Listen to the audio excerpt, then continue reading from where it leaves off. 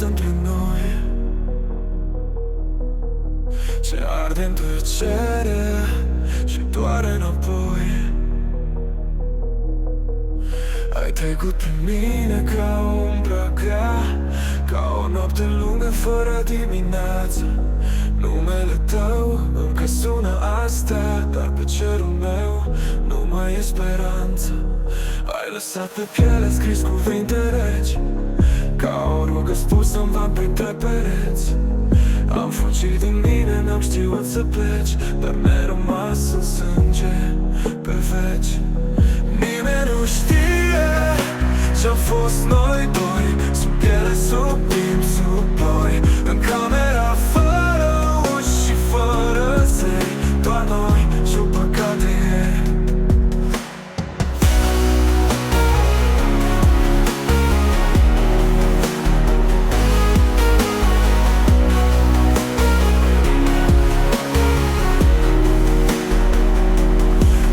Nu știe ce-am fost noi doi, sub piele, sub timp, sub ploi, în camera fără uși și fără zei, doar noi și-o păcat pe ei.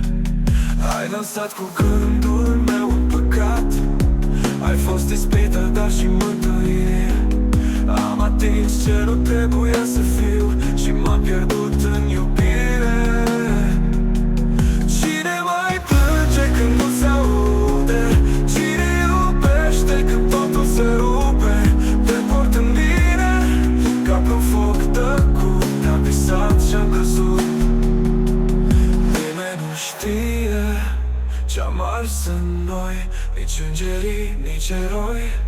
Un pas spre tine și-un drum în gol, dar inima încă te vrea, oricât de mult o dor.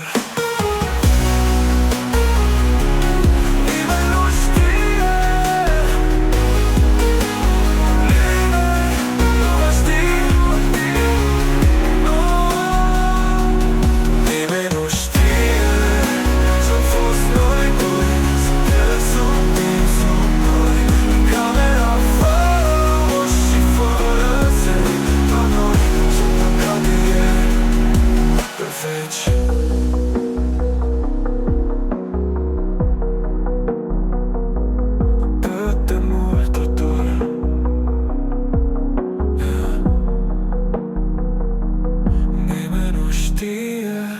Ce-am fost noi doi.